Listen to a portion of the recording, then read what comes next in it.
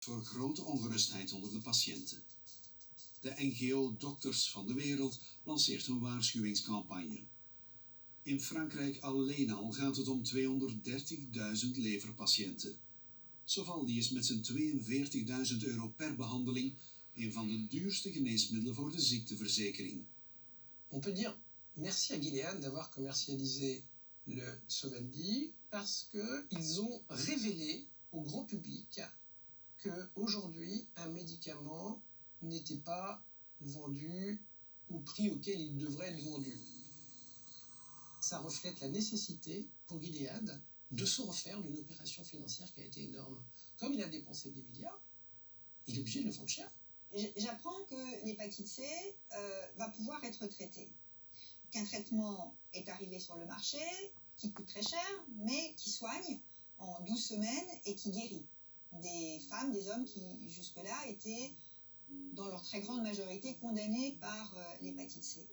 Gilead est dans une position de force relative, il est seul, il a un traitement qui guérit. Une négociation assez, robuste, tendue, va s'inscrire dans le temps. Aujourd'hui, on estime que les prix ont baissé de plus de la moitié.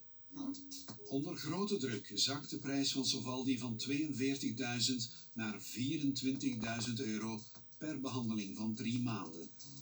Een onderzoekscommissie van de Amerikaanse Senaat slaagt erin om de geheime marketingstrategie van Gilead te achterhalen.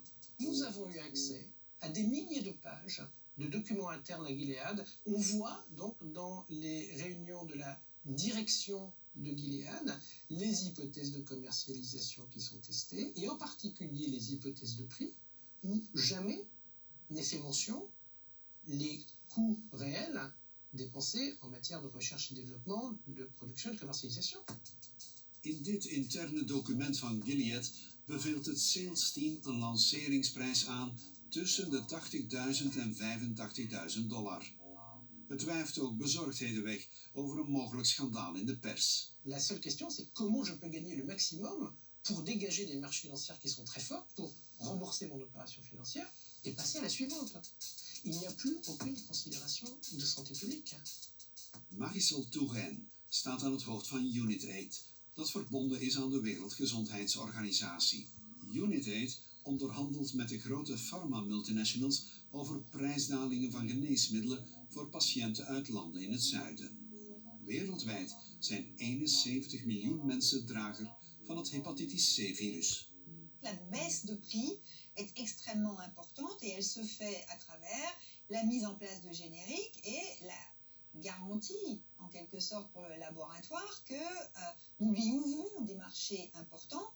Plutôt que de vendre peu très cher, nous leur proposons de vendre beaucoup à un prix plus bas. Nous avons remporté une victoire en permettant que les traitements soient accessibles à un prix raisonnable.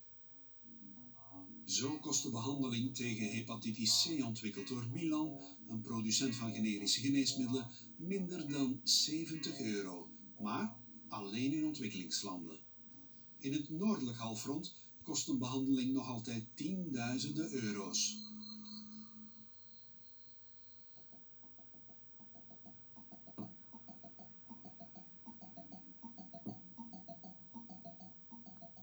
De prijs van een geneesmiddel weerspiegelt al lang niet meer de werkelijke ontwikkelingskosten ervan, maar wel de financiële macht van een handvol grote bedrijven die uit zijn op extreme winsten.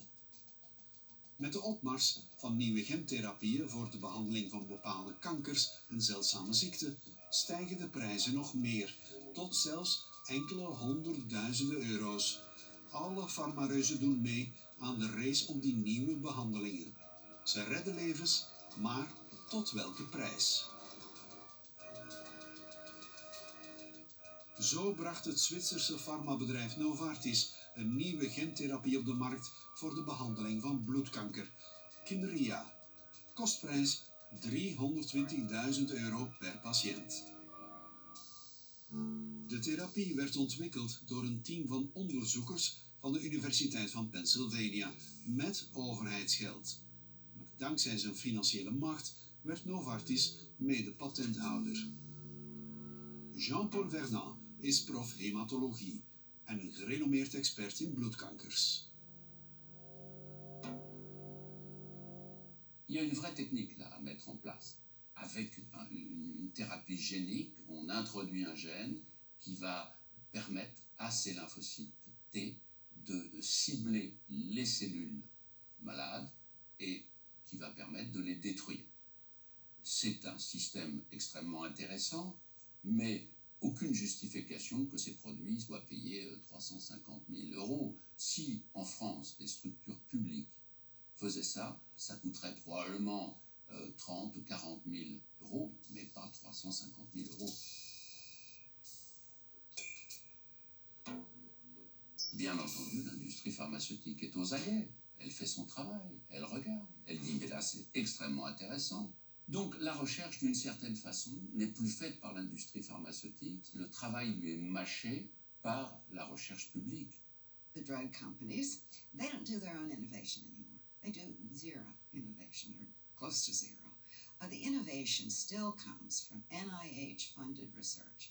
What we're seeing now is a big change that I think is terrible. And this big change is, instead of being focused almost exclusively on the size of the market, on volume, it's now focused on price. They acquire a drug that's effective against a serious disease, multiple sclerosis, cancer, serious disease that people will pay almost anything to get, and jack up the price so that it can cost hundreds of thousands of dollars for a year's treatment. I mean, hundreds and thousands of dollars. It's a very cruel business model, because if you can't pay for it, you don't get it. Ce qui se passe dans le cancer aujourd'hui, nous sommes sur des prix qui sont à 300 000, 400 000 euros, et le nombre de personnes malades du cancer, c'est 1 800 000 personnes dans notre pays, avec 400 000 nouveaux cas de cancer par an. Je ne vois pas comment nous allons être capables, à l'avenir, de soigner plus de 1,5 million de personnes avec des échelles de prix qui sont à 300 000 euros. Il y a tout un argumentaire qui est fait autour de la valeur thérapeutique, autour de la valeur pour la vie de ces médicaments, qui est bien savamment entretenu à travers des leaders d'opinion, qui est entretenu auprès des pouvoirs publics, et qui consiste à dire que le médicament, puisqu'il guérit, doit changer de nature et doit avoir un prix qui est très élevé. C'est ça le prix de la vie. C'est uniquement du marketing. Plus ça guérit, plus c'est cher. Le problème, c'est que chaque pays défend ses multinationales. La France défend Sanofi, les Américains défendent Pfizer et toutes les grosses boîtes américaines, la Suisse défend Novartis et Roche. C'est extrêmement difficile d'arriver à une attitude consensuelle pour que les prix diminuent et que les prix deviennent raisonnables.